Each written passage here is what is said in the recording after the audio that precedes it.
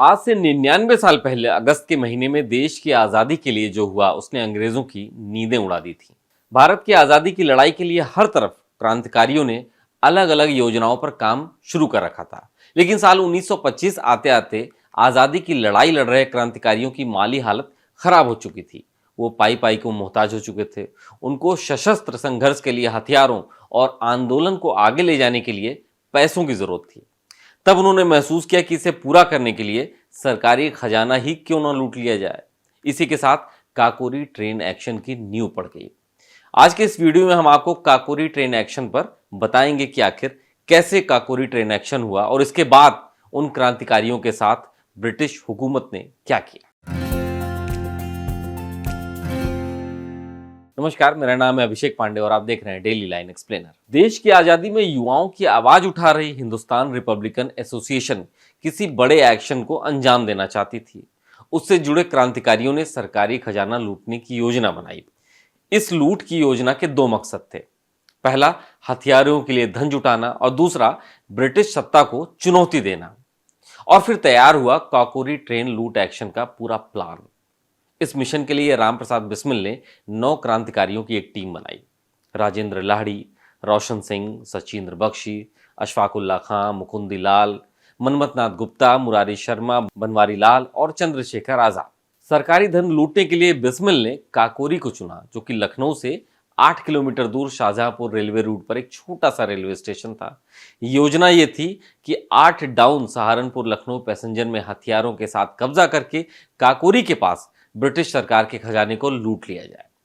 दस्तावेजों के मुताबिक अगर क्रांतिकारियों की योजना सटीक रहती तो काकोरी ट्रेन एक्शन 9 अगस्त की बजाय 8 अगस्त को हो जाता। दरअसल हुआ यह कि जब ट्रेन पर कब्जा करने के लिए सभी क्रांतिकारी 8 अगस्त 1925 को लखनऊ रेलवे स्टेशन पहुंचे तो जिस ट्रेन को लूटना था वो ट्रेन महज 10 मिनट पहले वहां से गुजर गई थी। इसके बाद योजना टाल दी गई और सभी को वापस लौटना पड़ा।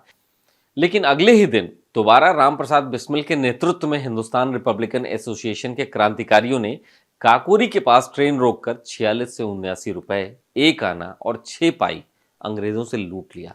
यह दस्तावेजों में दर्ज हो गया है। रामप्रसाद बिस्मिल ने अपनी आत्मकथा में लिखा है कि हमने ये तय किया था हम किसी को शारीरिक नुकसान नहीं पहुंचाएंगे। मैं ट्रेन में ही ऐलान कर दूंगा कि हम यहाँ अवैध तरीके से हासिल किया गया सरकारी धन लूटने आए हैं और ये वापस ले जाने आए हैं। ये भी तय हुआ कि हम 3 लोग ही जिन्हें हथियार चलाने आते हैं वो गार्ड के केबिन के पास खड़े होंगे और रुक रुक कर फायर करते रहेंगे ताकि कोई केबिन तक पहुंचने की हिम्मत न जुटा सके। ट्रेन डकैती हो गई। ट्रेन डकैती से ब्रिटिश शासन बौखला गया था। उसने इसे सामान्य वारदात नहीं लिया बल्कि एक ऐसी वारदात के तौर पर लिया कि जो हिंदुस्तान में ब्रिटिश शासन को चुनौती देने वाली थी। ट्रेन लूटे जाने के दौरान क्रांतिकारियों ने जिस तरीके से यात्रियों को मुक्त रखते हुए अपना मकसद पूरा किया उससे इसे राजनैतिक श्रेणी में रखा गया। ब्रिटिश सरकार की गुप्तचर इकाई तेजी से हरकत में आ गई। क्रांतिकारियों की निगरानी शुरू हो गई। क्रांतिकारी चौकन्ने थे लेकिन उनके छिपने के ठिकाने सीमित ही थे। ट्रेन डकैती के 47वें दिन 26 सितंबर को कई जिलों में गिरफ्तारियां हुई। डकैती में भले 10 लोग ही शामिल थे लेकिन पुलिस के निशाने पर 40 युवक थे। बाद में 21 को मुलजिम बनाया गया।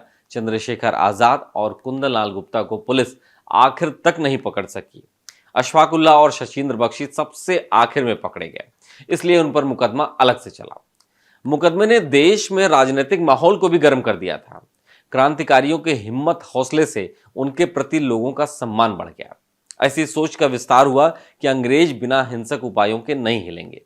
जेल में बंद क्रांतिकारियों के बचाव के लिए कई कमेटियां गठित हो गई थीं।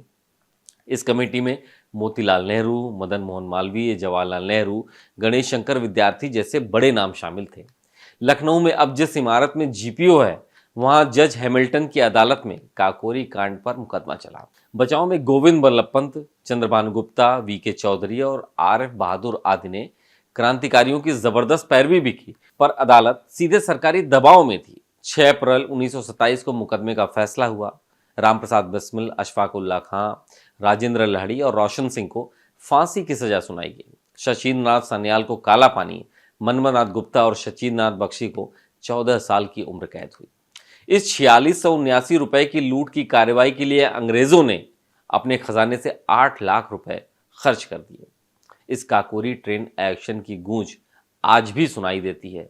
99 साल के बावजूद आज ये काकोरी ट्रेन एक्शन ये बताता है कि भारत की आज़ादी के लिए क्रांतिकारियों ने अंग्रेज़ों की नींदें हराम कर दी थी। आज के डेली लाइन एक्सप्लेनर में फिलहाल इतना ही। ऐसे ही और जानकारी वाले वीडियोस पाने के लिए आप देखते रहिए डेली लाइन।